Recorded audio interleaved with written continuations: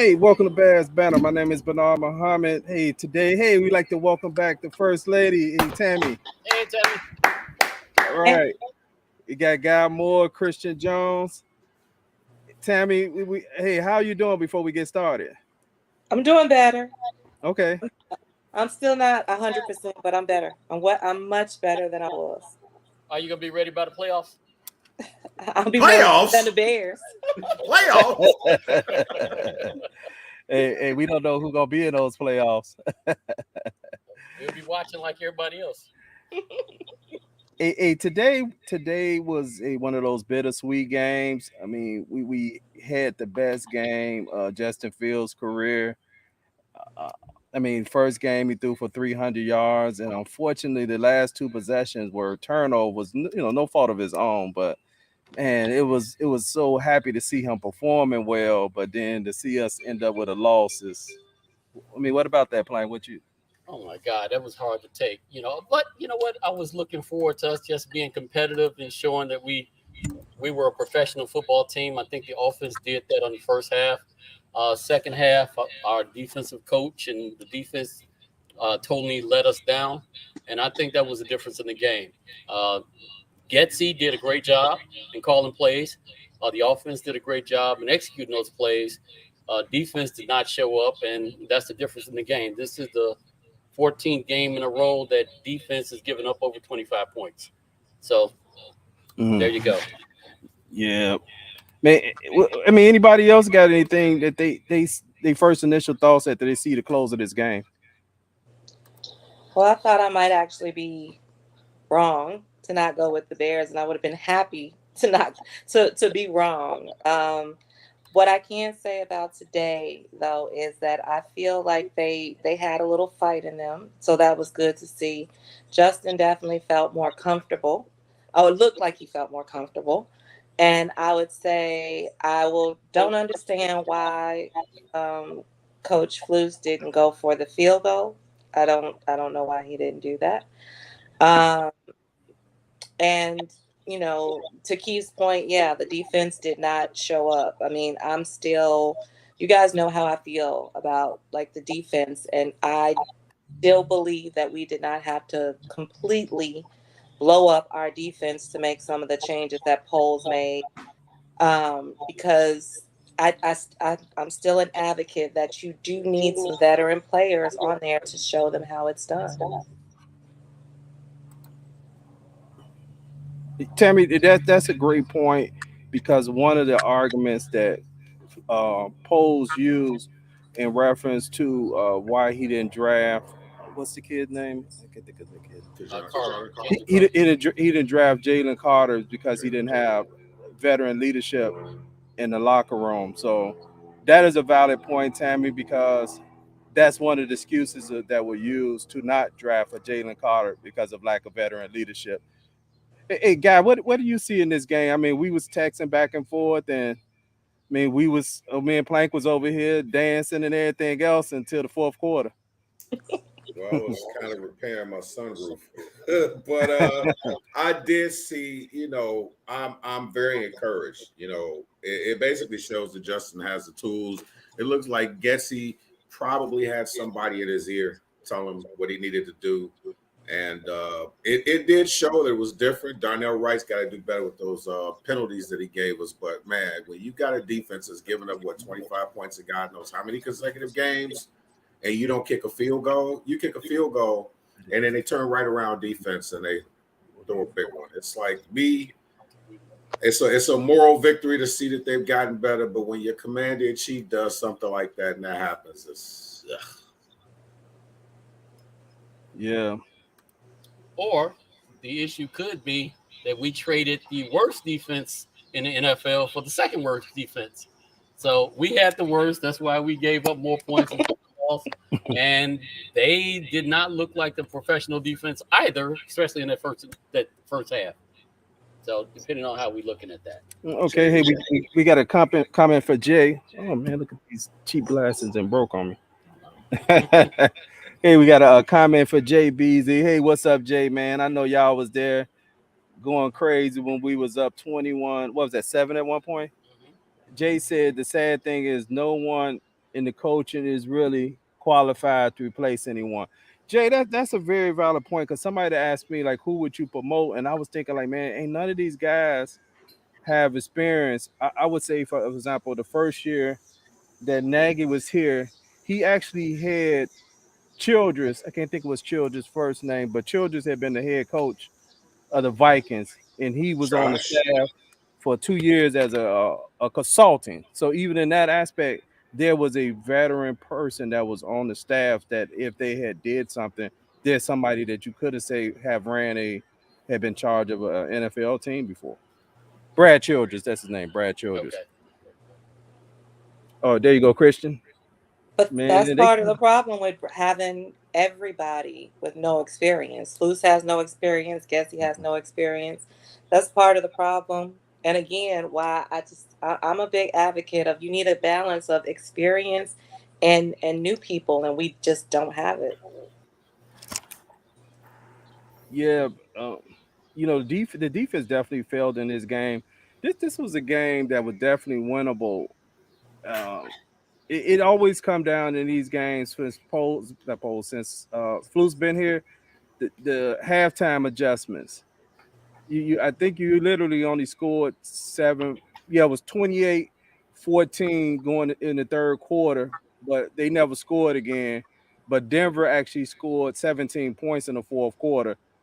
Uh, that's how football games are played, right? You got to win every quarter. You can win the first quarter, the second quarter, and lose the third and the fourth, and you lost the game, especially if they outscore you. So really, Denver scored, say 17 plus 7. They scored about 20 some points at the halftime, which the Bears only scored 7 points at the halftime. Yeah, you're right. Sorry. But you got Christian. Can you hear us? Yeah, I can hear y'all. What you got going on? Um, I mean, what everybody else said, I agree with. I mean, it was a winnable game. I mean, no excuses. I'm really pissed off about the fact that you call a timeout. You try to draw them off sides, then you call a timeout.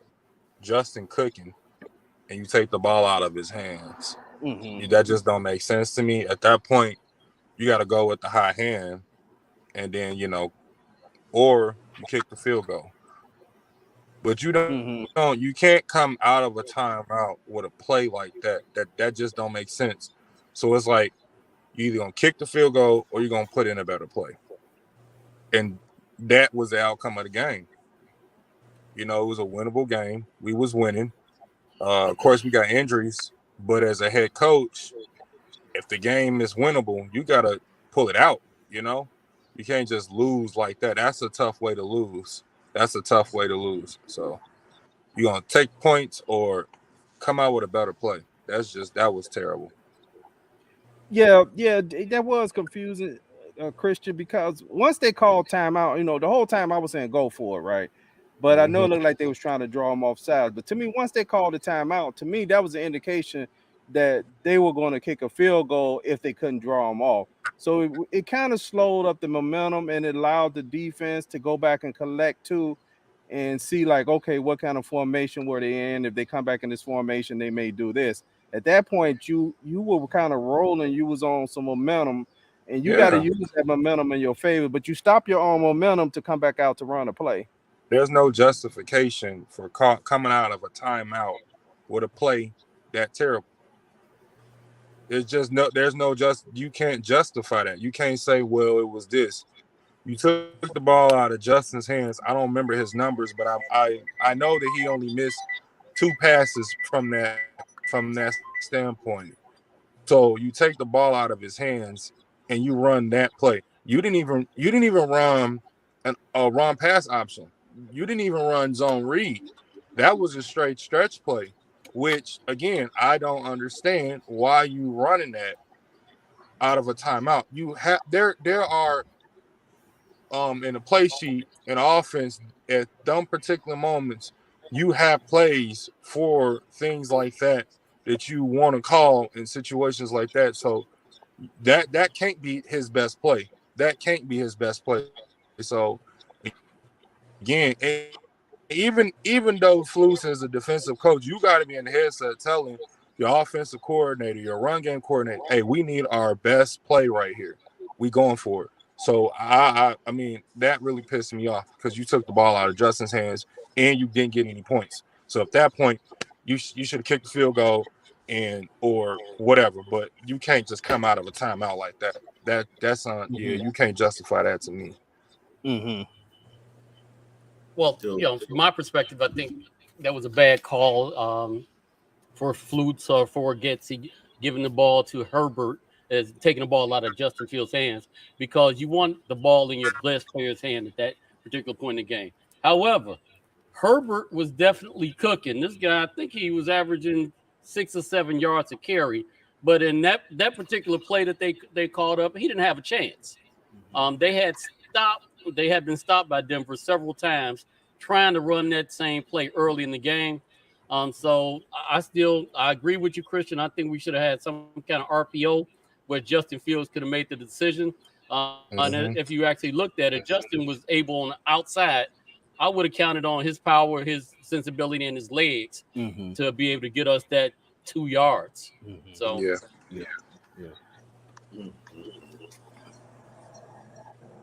5.7 to carry for Herbert. 18 carries, 103 yards. Let's see, everybody. The only one that was under 4, besides, well, Cole Kmet don't count, but Roshan Johnson 5 for 13 is at 2.6. Everybody was like 6, 9, 10. Even Valus that 1 for 10. Whereas, like, I wish we had like a fridge if we couldn't do it, like Refrigerator Perry, just offensive lineman just to run in. We could have used them, but man. And other thing I was going to tell you guys, I was just looking at CBS. They were just showing this side of Denver's locker room, and that just makes it even worse, man. Hey, what's up, Jordan? One of my co-workers. I agree.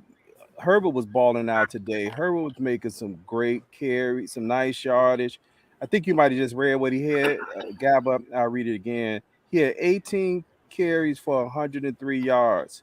I mean, that's about what, 6.5 yards? 5.7. 5.7 yards a carry. That's some nice yardage, and I'm glad the Bears stuck with running the ball today. They made some kind of commitment to run it today. I thought Justin Fields saw the field good today. I thought he got rid of the ball fast.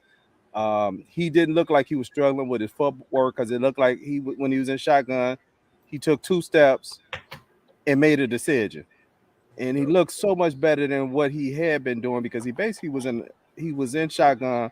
He was taking 5 steps, and then sometimes he would skip 2 more times. And I was like, man, he's like almost like 12 yards from the line of scrimmage before he even gets set to throw the ball. So this makes a difference, and hopefully they keep running this because I was excited. I saw a quick slant that was completed today.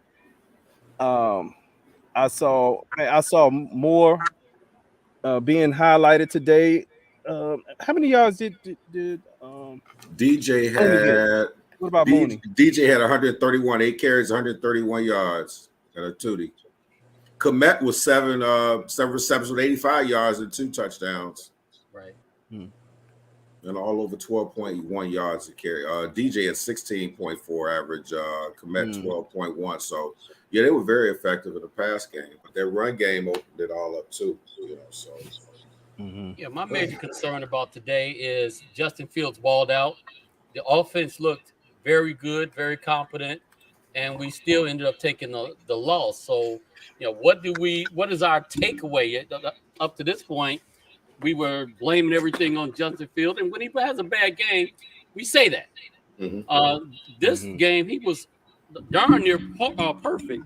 He did come up with 2 turnovers. That fumble was just kind of weird or fluky, and that interception at the end of the game, that was unfortunate. But I don't really see where that young man can play better than he did today.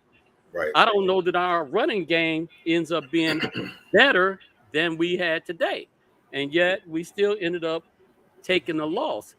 There's a lot of things that we're missing, and I think the worst unit that we have on the Bears is still the defensive line. We got very few pressures, if any. I don't know if we even pinched Russell Wilson one of those times. So I don't know what to say going forward. What was your beef? What was your beef before two plank? You talking about the guys that really like got the most sacks or whatever it is, and I got I think of his name, number 9. Uh, um, Brisker. yeah, Brisker. Brisker gets the penalty, but at least he was in the backfield. Yeah. You know, football is such a good a game of momentum. I did not like that Hails Mary before halftime. I didn't either. The reason I didn't like that was one, because your quarterback is on a roll. He has no incompletions at that point. Mhm. Now you're going to throw a 50-50 ball and you up by 2 scores, which you could have actually gave your quarterback his first interception for no apparent reason, really. Right. That was really a situation that I know as fans we may say, hey, go for it, go for it. You got to think of the momentum, because then you end a half on a negative play, Right. where you could have actually just down the ball and just let the half go out. Where we was kind of looking at it like, you know what I'm saying, hoping they don't get a pick because they had to slap the ball down. So I think after that point, it's like when we came out of halftime, we kind of came out flat after that point. Yep. And it took us a while to kind of get going again. Hey, Tammy, look like you got something on your mind. What you have, Tammy? Oh no, I mean I agree with you. I don't know why they threw that ball at the end. It wasn't necessary at that point in time. And Justin did have his first basically almost perfect half until they did that. When Keith was talking about what are we missing, you guys know I'm a defensive girl, and I know that everybody says this is an offensive league, and that's where it's gone, and everybody wants points and all of that. But I'm still old school. I believe that defense wins games, defense wins championships. It doesn't really matter how many points you put up if you can't stop the other team from scoring more. So you need solid defense, and that's what the Bears are known for historically. A lot of questionable defense in the last 10 years or so, which is unfortunate as a lifelong Bears fan, because you know, do what we're known for, and do what made our franchise great, and made our city proud. I don't like watching the team that I grew up loving looking the way that we're looking. Um, Today did give some hope. It gave some promise that, or uh, Bernard, like I said in the text, I don't know if we actually just look better or if they're just as bad. I don't know. Did we really turn a corner? I don't know. Or were we just against the team that is in the same position that we're in? Yeah, Tallest midget. Okay. yeah, I don't know. That's one of the. Hold on, let me see if I can rotate this camera a little bit to get us both in here. I don't know. Tammy, one thing about defense is, I know back in the day you had to have, if you had a top 5 defense, that probably assured you to probably make a run for a championship. But I don't think you got to have a top 5, but you better at least be in the top half of the rankings. At least 1 through 12 at a minimum to actually be competitive. Because if you start falling into that 20 to 30 range in defense, you are absolutely right. You are always you're going to be just like the years ago when the greatest show on turf had to get 35 and 40 points. Why? Because it just couldn't stop nobody. Right. And then when you get to those playoff games, that's when you end up losing, because that's when you got to grit it out. Yeah, you're splitting the team, and I mean, you're splitting the field in half. Then now with the defense, even if you said if it's a top 10, a first half defense wouldn't have gave up that very first play after the mess up, the miscue, not kicking a field goal. He let it loose and it went down the field. And another thing too, it kind of helps us out as it gives us fewer yards to go to get a touchdown, because the defense gives us better position. But right now, this is more like it just feels to me, it just feels like a repass. It's like, ugh. Yeah, guy. I mean, I do think they bought themselves some time today, because they did show up What do y'all think about the move as far as making Claypool inactive today? Did that have any effect? He said, "Yeah, I Clay." like that move. Ooh. Claypool was watching, wasn't getting paid, so him being a prima donna, let him go ahead and do that on the sidelines. I think he's a little bit divisive as far as it's always about me, and he doesn't take any accountability for the plays that he messes up. Mm-hmm. A couple games ago, they targeted him 8 times. He caught 3 and had a touchdown, and he was satisfied with that. Mm-hmm. You can't have that. By the same token, they moved up Peterman as well from second string quarterback to third string, and they had Tyson Bagent waiting in the wings, which puts a little bit more pressure on Dustin Fields, only to be a more efficient quarterback. Which, when I looked at him today, I haven't seen him look that good since they played against Clemson at Ohio State when he was in high school, when he was in college. So. That was it was a horrible idea, man. It's been a staple in American history. Wait a minute. Y'all said Claypool, not Whirlpool. It was good. But think about this. The thing is the way the times have changed. Back in the day, if you had a player that did that, 9 times out of 10, he was either get traded, he wasn't gonna play no more. And they're making a big deal out of it. We paying you money to play, you come ball out and you good. But Okay. Hey, guy, can you see that? Yeah, that's the problem with looking at unprepared as they have the first 3 games. When you do look like you have your stuff together, the quest is it because the defense is bad or what? As Jason Brosda. What's up, Jason? He's got a point. Yeah, you know what? I would say this today too. Did the defense look better in the first half, or was the offense clicking so much that the defense got a chance to rest and do their thing? And when the second half, when the offense was struggling a little bit, what you saw now is a defense who now, because the team got more possession, they really couldn't stop this team. But really, in the first half, I believe when I think about it, the offense just helped them out so much by keeping them on the sideline. Yeah. That's all that happened. Yeah, we had a terrible defensive showing. As a matter of fact, I was happy the entire game that Russell Wilson and Denver were throwing because I thought that the defense did much worse on all the running plays. This guy was ripping off 10, 12 yards a carry. And, he actually scored on that first possession for Denver that gave them 7-0 lead. So the Bears clearly didn't stop them defensively the whole game. We spent a lot of money on these 2 first-round draft choices that are defensive linemen. They can't catch a cold. They can't stop anybody. And we also I haven't seen Edmonds do anything out there. He's running around number 49. He's a big guy. He doesn't make tackles, and he definitely doesn't make tackles that count. I know that we've got injuries, and injuries are part of the game, but defense doesn't have any pride right now, and they're allowing that to be the demise of our team. Yeah, hey, Blake, what I know about the defense? There's no dogs on the Bears defense. Okay, sorry. I think we was talking off. We was talking offline, man. I look kind of dark on that, but blacker the berry, sweeter the juice. Oh, watch out! Shut your mouth. Yeah. Shut your mouth. Thank everybody who's tuned in today on Facebook and YouTube. Please hit the subscribe button. Push that button if you're on YouTube. If you're on Facebook, join the Bears Banter Talk Show group. But the other day we had a discussion, and I had mentioned about.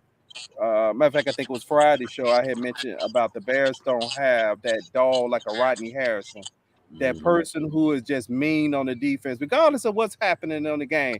That enforcer on the defense, that person who's going to clear that pile out, right? That person who's going to maybe, hey, sometimes that guy who just pushed the guy. If you use basketball, for example, with the Bulls, Dennis Rodman was that dude that that got on everybody's nerves, right? Yeah. He was the guy that was that dirty, nasty, gritty player. He still is. He still is. Okay.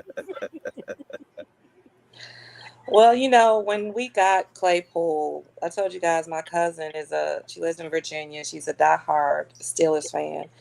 And she said, well, y'all don't be too happy with what you got because he has potential, but he's a prima donna and he doesn't necessarily always show up. And we gave up a lot, for him. But the team did play better with him. So I don't know if that trade or what we gave up was worth it, but we'll see. I know for what we gave up, they can't necessarily kick him out the door just yet. They need to see what's gonna happen. Yeah, I disagree. Tell your I story agree. walking, buddy.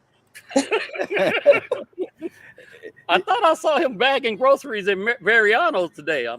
So Yeah, he said looks that. like Hey, Equinemius St. Brown actually did a little bit better. He that was actually a came up with a nice play, catch. and he's Nice going to catch. give exactly what he has Mm-hmm. Yeah. every play. So I'd rather have somebody like that on the team with me versus something like Claypool. Well, if they give him up, they better get something for it.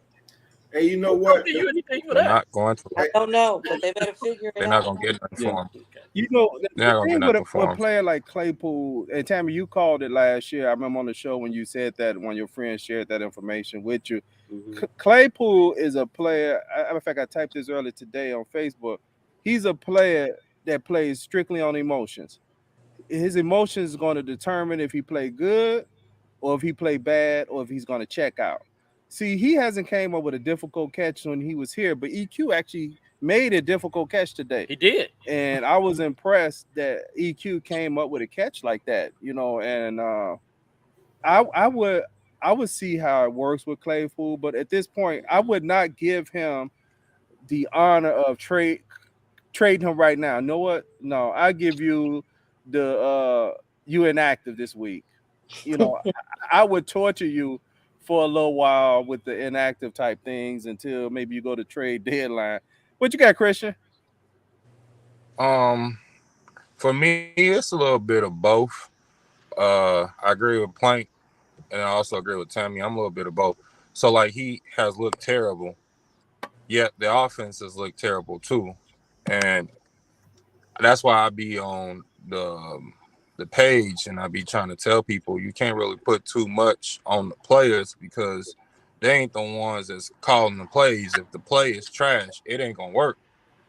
Now he should be putting a better effort out there, and at least blocking and doing what he can do. But the offensive coordinator needs to put in a system that fits the players.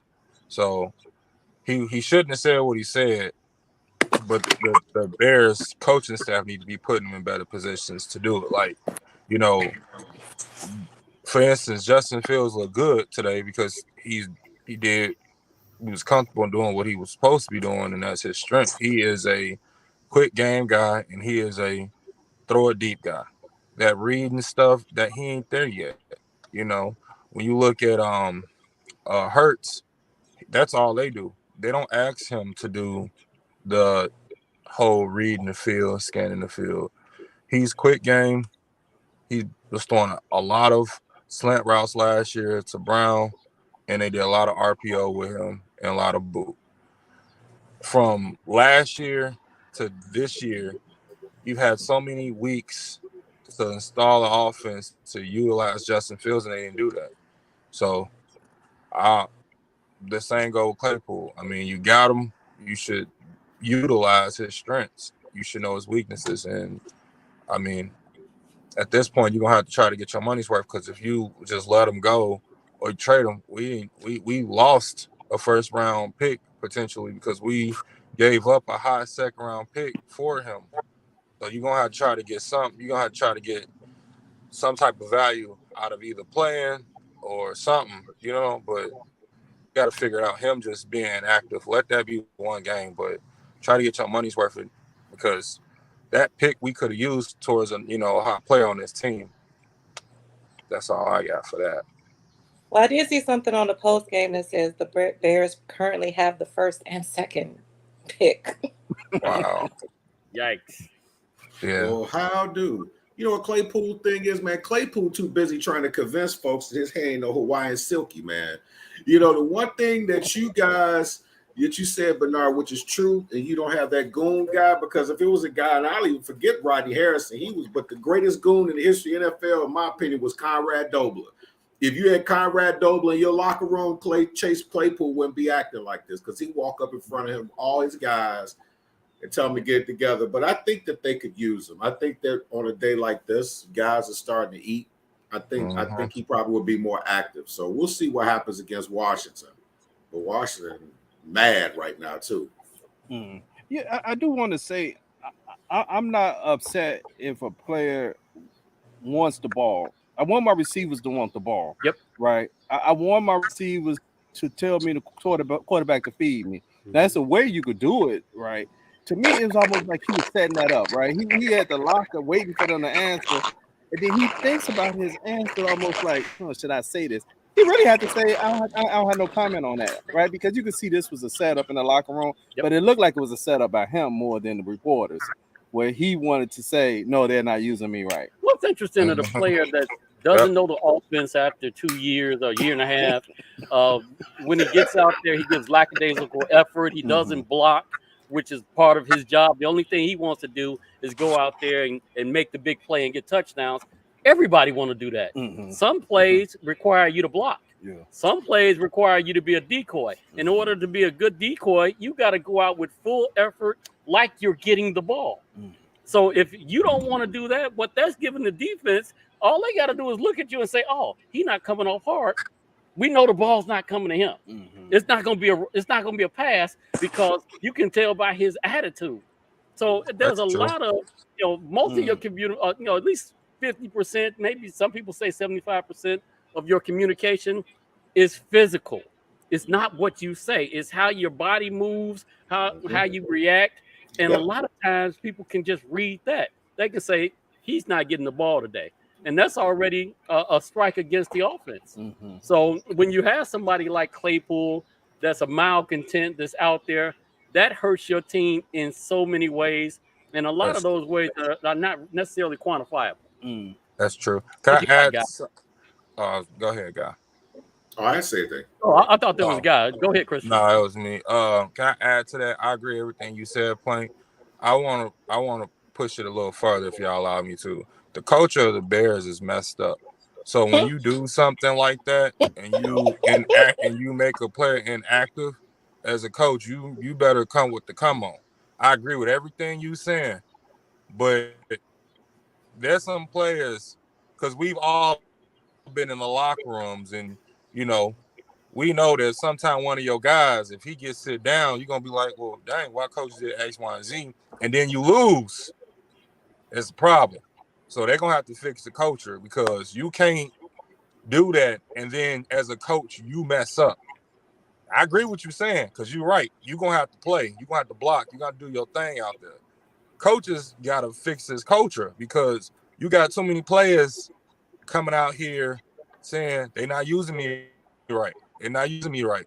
When Dan Quinn was losing in Lions and everybody's making fun of him from crying, his players backed him up and won 8 straight. So I agree 100% with what you're saying. I don't think you're wrong. Claypool does, but I'm more on the culture and the coaches, because they're the ones that really set the atmosphere of how program is going to be ran. And if they're going to continue to do things backwards, don't be shocked when somebody else come out and say something on defense. Like, who knows? Somebody that we wouldn't expect to say something. Like, defense needs to keep their mouth shut. They do, but that's where all the money's at right now. You went and bought TJ Edmonds, you bought what's his name from 49, Edwards. You went and got him. You spent a lot of money. You went and got Walker, who we have not heard. Then you got Ngakoue, who has only 1 sack. You then went and signed Billingsley, who we haven't heard from. You spent a lot of money on that side of the ball for it to look like that. So you can't be talking about no hits principle, none of that, because y'all ain't hitting nothing. Right. Feel me? So I'm not trying to hear that. Hey, 2 things. One, did it look like to me, like we talking about Claypool, but the way it seemed to me, and I could be wrong, I think Komet and Moore basically came up to Justin and said, you know what, I don't care what happens. I'm with you, dog. I'm with you. I'm going to get open. Like the kind of like veteran or a grown man approach to come talk to your QB1 on the side or on the low or call him on the phone? Because it looked like every time he looked up, he was targeting those guys. And they came through and they balled out. But on another one, on the defense, I'm looking at TJ Edwards had 8 tackles, 7 solo. Tremaine Edmonds had 8 tackles and 6 solo. Like, wow. And Edmonds had 1 tackle for loss. But Edwards had 2 quarterback hits. Well, how many yards was the Broncos averaging yard-wise carry? How many yards was they averaging a carry? Oh, A lot. shit. I get that in a second. They were averaging, oh, Lord, 5.1 yards a carry. That's terrible. Yeah, it is. That's terrible. Jesus. You can't do nothing with that. You ahead of the sticks, You get 5 yards a pop on first down, man, your playbook is wide open. Yeah, his average was actually 10.0 yards a carry. He had 7 carries. Lord. He had 7 carries for 72 yards. So that's That's roughly tough. about Jaleel McLaughlin. about That's 10 tough. 10 yards a carry. That's pitiful. I heard Plank say last year, and I agree with him 100%. If you can't get to the quarterback, you should at least be able to stop the run. The trip instead of the hitch principle, how about the trip principle? You know, something. If you can't get to a quarterback, you should at least be able to stop the run. And we can't stop the run. We ain't gonna never win a game. Like, seriously. Like, yeah. That's why I agree that last year, I know we were saying this, and I know you brought it up, Christian, was your front four has to be able to get it done. have to. You know, yeah, your linebackers, we could read these stats right now. Your linebackers could have a bunch of tackles. It don't matter because they tackling 8 yards up the field, Right. 9 yards up the field, stuff like that, right? So it don't matter when they do this stat count.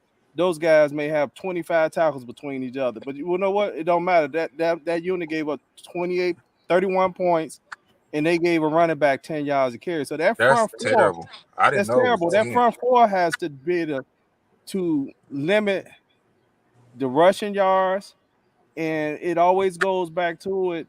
Games are won and lost at the line of scrimmage on both sides of the ball. You know, the bonus is if you could get to that quarterback, it makes it a little bit more easier for those guys on the in the back there. If you can't get to them, now you're making their day hell.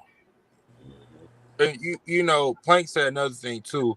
When we played the Bucks, you can't be letting veteran quarterbacks get comfortable. So I'm sick of us just keep playing this scheme. We don't got the.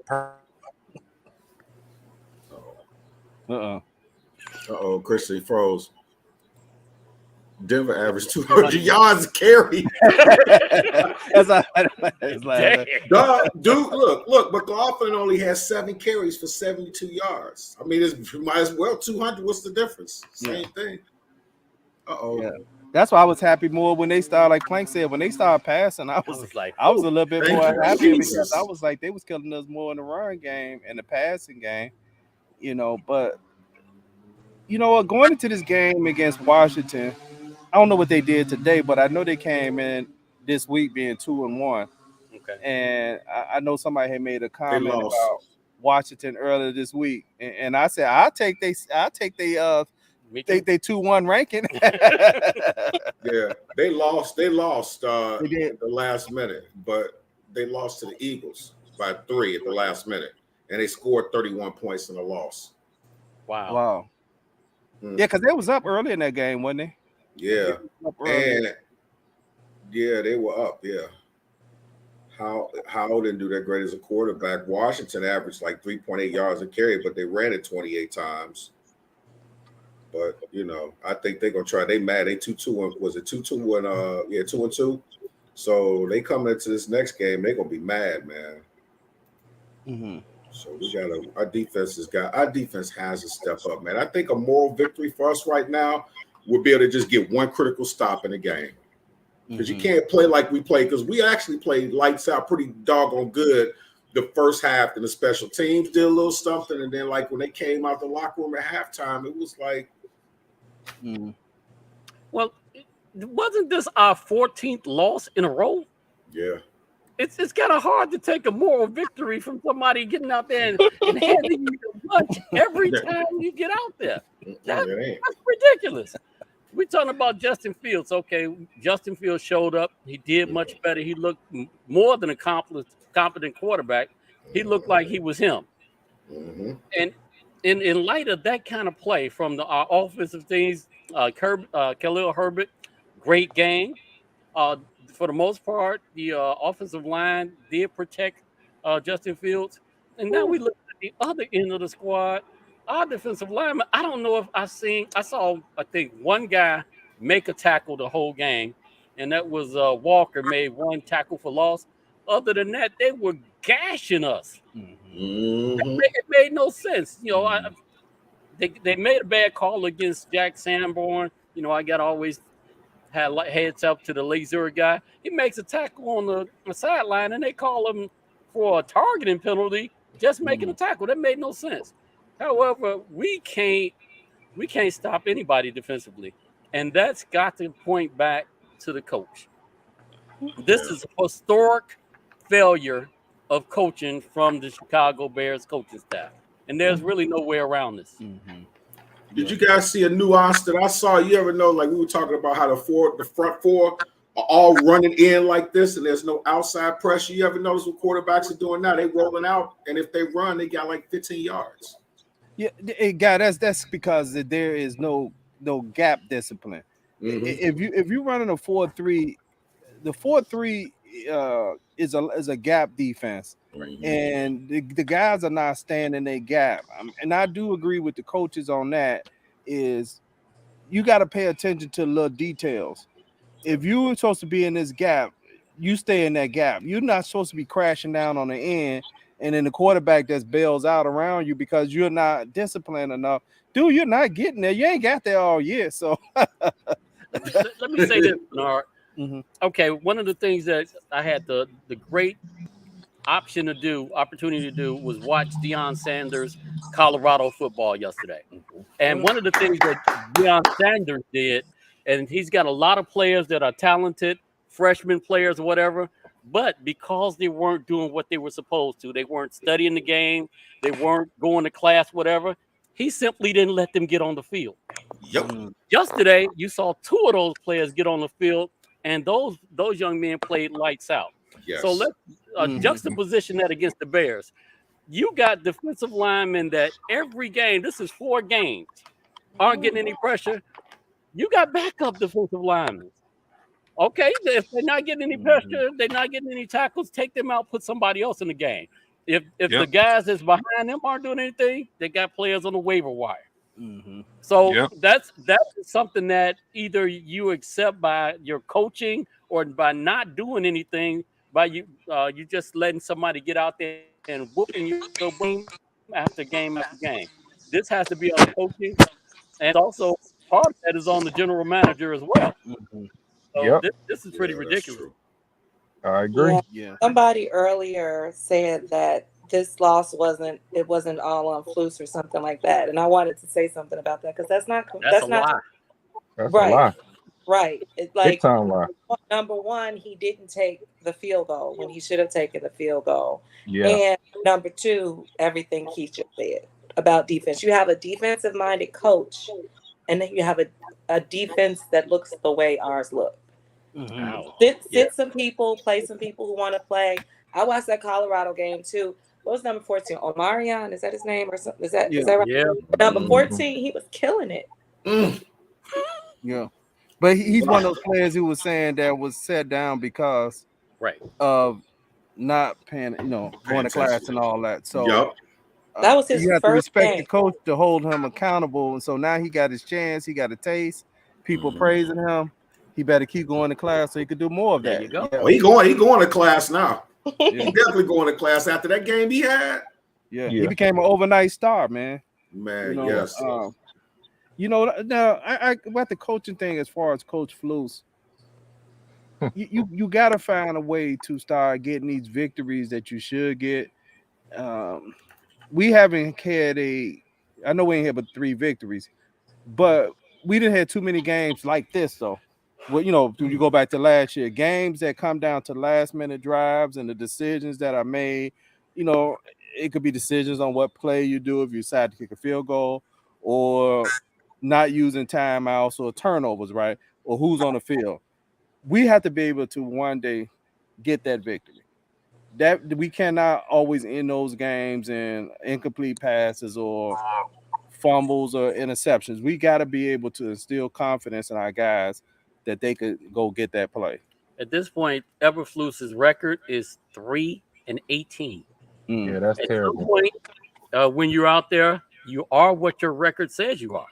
Yep. So we can say we like him and he trying hard or whatever. 3-18 is what you are. Yeah. If I don't do my job and make sure I can understand, I can explain to people how technology works at work. Guess what they're gonna do? They're gonna fire me because I didn't bring the sale in. Right. They don't care that they like me and that I seem to be a good guy. I'm gonna get fired. Mm-hmm. So that's the same standard we have to hold the Chicago Bears and their coaching. I think if Eberflus, I can see him getting fired after this Washington game because it's clearly what he's trying is not working. Mm-hmm. And it sounds nice and it sounds good, but at the end of the day, we need an a-hole as coach that's gonna be like, Mm-hmm. you ain't doing well enough. I'm gonna put you on the bench, and we're gonna get somebody to replace you. Yeah. That motivates people. Yeah. My add to what Plank is saying, shoot, you got to take the points, and it demoralizes you as a team when you don't get that fourth down. Y'all play. When you don't convert the fourth down. I'm sorry, and now you gave them good field position. That's tough. Take the points. If they do happen to score, at least try to get it to overtime. Play that type of game. But when you don't get it, I'm with Plank. That record is terrible. And like Jay said, I agree with him too. We don't have anybody. So do what Indianapolis did last year. Go hire an interim and go from there. It can't get no bad than what it is now. Right? If you're trying to win, then you can't continue to let this go on. Because let's say Fields is that guy. He ain't gonna want to play nice when it's time to re-up that contract. He's still a young guy, and all of this ain't his fault. And it's a quarterback-driven league, and we've never had one. And now we have the possibility of having one, and you can see what he can do when you play towards his strengths. Mm-hmm. If you lose this, now who we gonna draft? Because that you don't want to keep starting over. At some point, you're gonna have to fix this mess. So if he ain't the guy, like Plank said after Washington, good night, Irene. Hire an interim for real. One point I want to just illustrate how bad Eberflus' record is. We could go on a 14-game winning streak. We can win every game for the rest of the year, and he still wouldn't be 500 as a coach. That's a dog. Terrible. Eberflus didn't want the game on him in the end. He wanted on the OC. He didn't want the game to depend on his defense. Well, the OC and the team got 27 points today.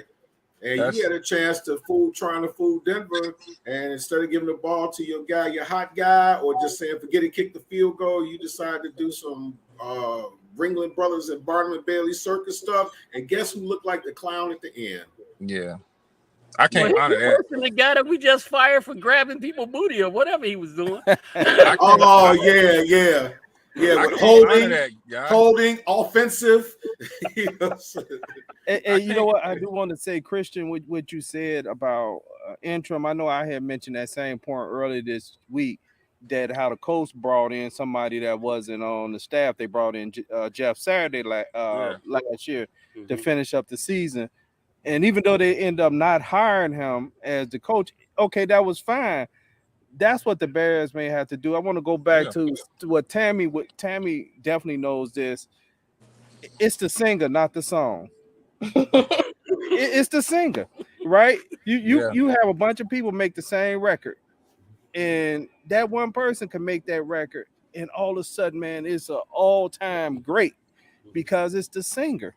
And in this place, you could take a new coach and coach these same players, and you'll swear, where have this team been? Right. So this could be a case of that. He seems to be too much of an I don't know, maybe a nice guy. I don't see enough communication. Matter of fact, I'm gonna go back and take something I just saw the other day. Roquan was sitting down talking to um what's the brother name? Ray Lewis. Ray Ray Lewis. Lewis. Yeah, Okay. I seen And that. I love that you seen it. I love this Yeah. because I had just said the other day. There's my mom was just talking about there's no communication. The main thing he was telling Roquan was, "You guys don't communicate no more in the Yep. NFL." He said, y'all don't even talk to each other. Y'all out there making plays on an island by yourself. Yep. He said, you know, you need to be telling them this is what the play is. This is where you need to get. And I was saying the same thing. I was saying some of the sacks on the offensive line because they don't talk to each other. Yep. They Yep. just go and put their head down. And that's why I said I don't mind if the receivers is on the sideline telling the quarterback I want the ball. Right. I want the receivers telling him, hey, when I did this, he fell for it. If you just go sit in your chair and pout, hell, how did he know you was open? Right. Yeah. They showing him on a tablet, but he look at the tablet and he like, okay, but you need to go back and tell the quarterback what you see. The linemen need to be telling, hey, dude, when I do this, he does this. The defense need to be telling him, hey, you know what? Sometimes you do gotta, hey, on the defense, sometimes you actually have to hold the guy to help your linebacker get a tackle. You I just agree. grab him and get him tight. That linebacker shoot that gap. And I remember at the beginning of the game when I played, I didn't care who lined over me. I used to tell the receiver my senior year, that defense ain't about to get punched in the stomach. That was the beginning. I would take the tone from that. He would run and block him, and I would just run in and hit the guy in the stomach. And they would complain to the ref, and the ref would be like, I didn't see it. Then after a while, they look at the size difference, and they're like, man, that little guy that hit you in the stomach. I'm like, and I act like I didn't. Yeah. But you know what? It made the biggest defensive ends in the city not want to think they was gonna run me over when I was in the slot because I set the tone by hitting them in the stomach. But it was your attitude too, man, because them dudes as mad as much as they couldn't stand you, they knew you hated losing more. Right. Yeah, Now, James nobody. Gilmore. Hey, what's up, James? Man, I ain't had a chance to talk to James in about, man, we ain't had James on since second been a season. minute. Yeah. Second First season. he said, say something I can disagree with. he said Eberflus is not ready to be a head coach. I Yeah. mean, you No, can't no. be up. How many points was we up at the half? What, 14? 14. Yeah. 14. I mean, y'all love Tampa too. I do too. But when you got that type of lead with the defense and how it's scheme wise, when you get up on a big lead, that's the worst defense that you want to play against because now you get to play back. And now you got like 8 guys playing safety. So again, you can't justify it. It's just it keep going back to him and you can't justify it. Like you had all week to prepare. You get up and then you let this team come all the way back on you like that. And then you make a mistake that costs the team and everybody watching. It'd been one thing. I can't think of the guy who was on the page. He was saying, it's the players. No, it was a winnable game. The coach lost that game. It weren't the players. And that's why I'm so upset because we had the game. You should have kicked the field goal. And if they came down, it could have been a field goal. And then you telling me you're a defensive coach and the hits principle and all this other stuff. Okay, then kick the field goal. Make sure that our kicker puts the ball into the end zone, get the ball on the 20, stop somebody. Game over. Or you make them burn timeouts, and then you kick the field goal and you give it to them about, 55 seconds? You could have played that game too because Sean Payton only, had one touchdown at that point from what I was thinking. So either way it go, you should have, you terrible clock management, terrible time using your timeouts. I don't see the point of trying to draw a guy offside. We haven't won a game. Forget all that cute stuff. This timeouts, no, run the clock or kick the field goal. Do one of the. I would have been comfortable with us running the clock, then taking the timeout, kick the field goal. Something. But you burn a timeout, then come out on that mess, then give them the ball on our 30, what was it, 40 or 30? One of that.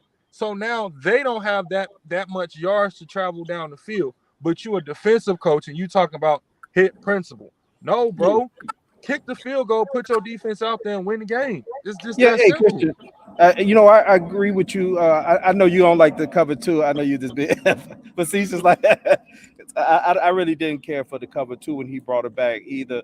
We're gonna agree to get these scores, but I do want to make one correction that I know I had said earlier. The Bears actually went into halftime leading 21-7. Oh I had wow. said it was 24 Yeah. 14. I Third, thought it was too. that was Yeah, the Wow. third 21 quarter. yeah. 7. So it That was was the third. Denver scored 7 points in the first quarter, and they didn't score again into the third quarter. They got seven, then they got um 17. 17 in the fourth quarter. So you Wow. gave up 17 points in the fourth quarter. You got to have a big lead if you're giving up that many. But that's the money time is the fourth quarter. But Yep. as far as grades, I'm going to give the defense, man. Sorry. I'm gonna give them. Man, I had to give them an F because at the end, you Yeah. ended up giving up a last minute drive that led to a field goal. What you get the defense? Defense, they obviously get an F. I don't know if they got. I think they got one sack, Mm-hmm. giving up 10 yards a carry, gave up 17 points in the fourth quarter. This is one of the worst defensive displays I've ever seen a Chicago Bears team do. And at the end of the day, they gave up 31 points, and this is the 14th game in a row that we've given up over 25. Mm. Eberflus was supposed to step in and implement his defense and at least stop from what Allen Williams did, and he actually ended up getting worse. Mm. Anybody else got a matter of fact? Get your grades on the offense too. I get an offense a B minus.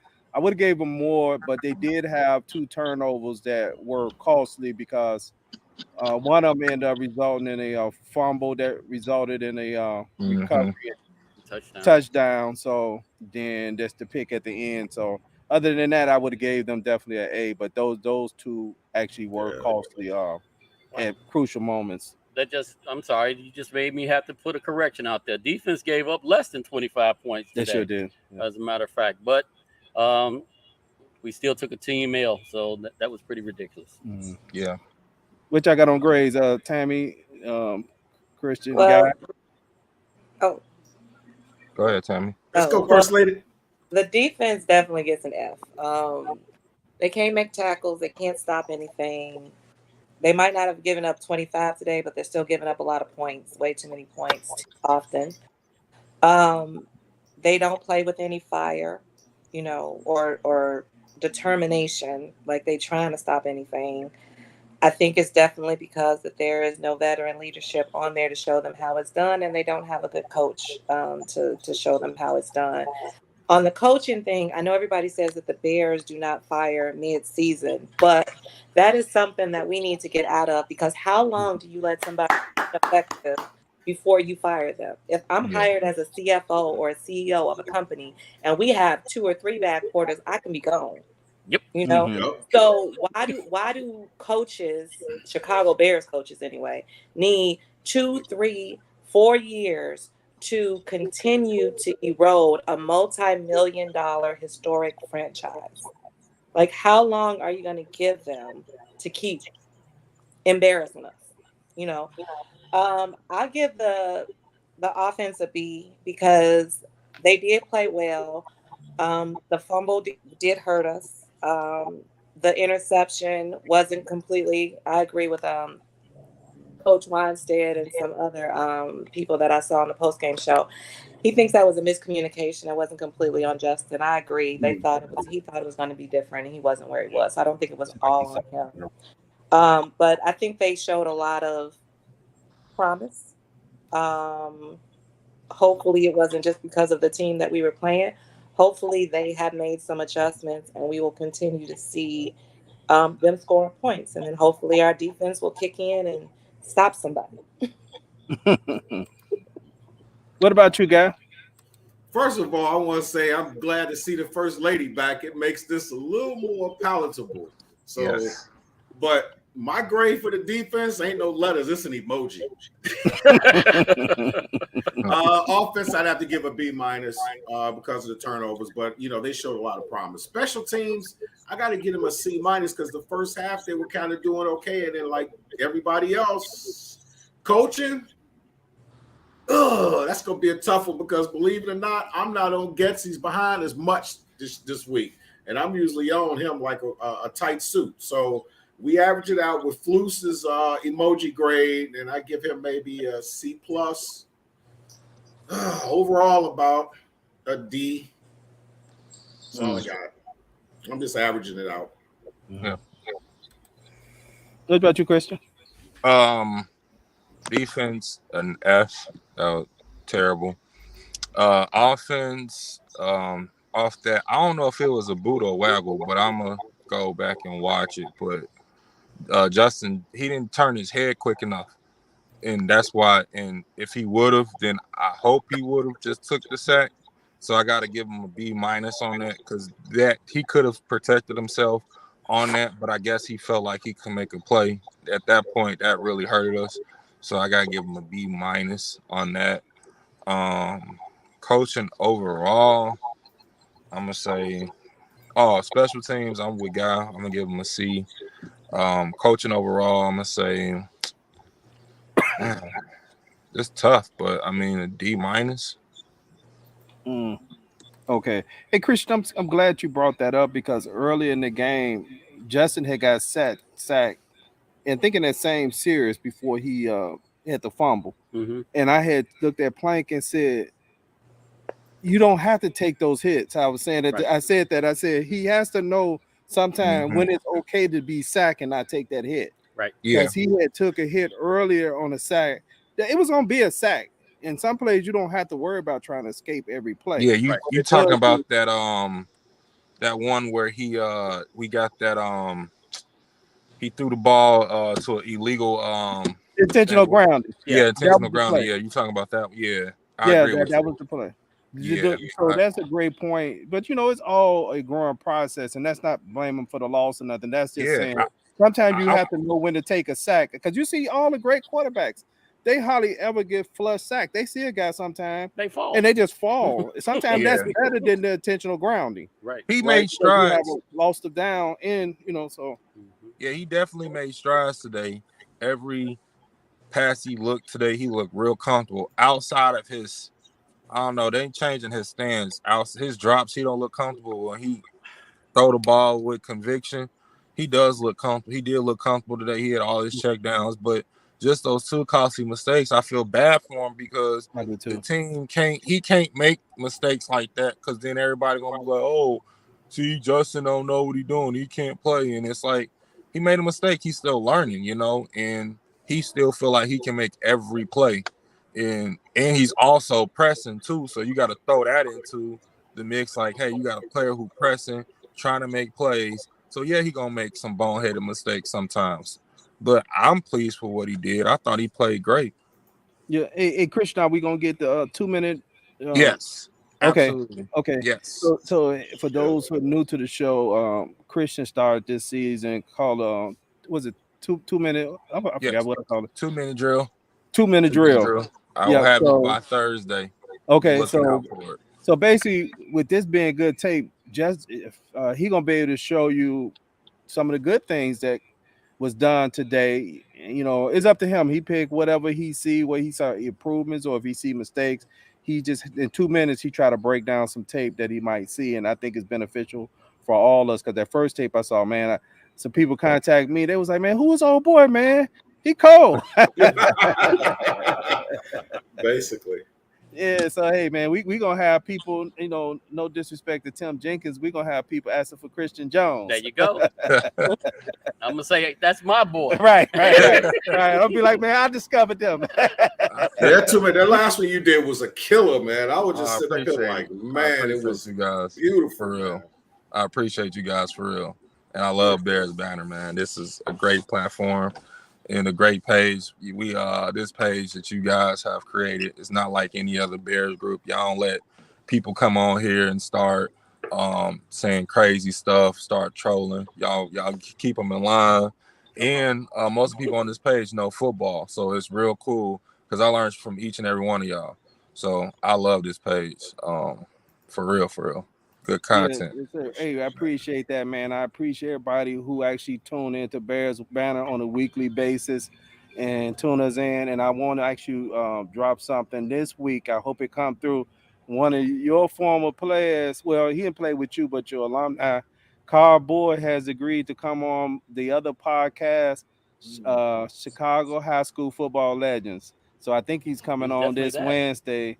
And Oh, okay. anybody that was around Chicago football from the early 80s was tortured by Carl Boyd. Yep. Yeah, Well, I he just was learned it something ain't the else. song, it's the singer. So, hey, if y'all don't have anything else, we're going to wrap up and we'll be coming back on Thursday to talk. No, not Thursday. Thursday's the game. The Thursday's Yeah, the Wednesday, game. right? Thursday game. Maybe Wednesday. Yeah. Okay. Thursday's the game. We got a real short week playing Washington. That's a road game, right? I hope so. Because Yeah. we shouldn't have to have our fans get our butts kicked like that at home.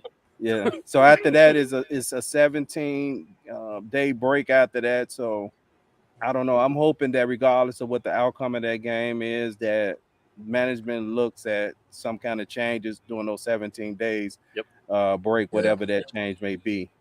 So until next time, and thank you for tuning in. Peace.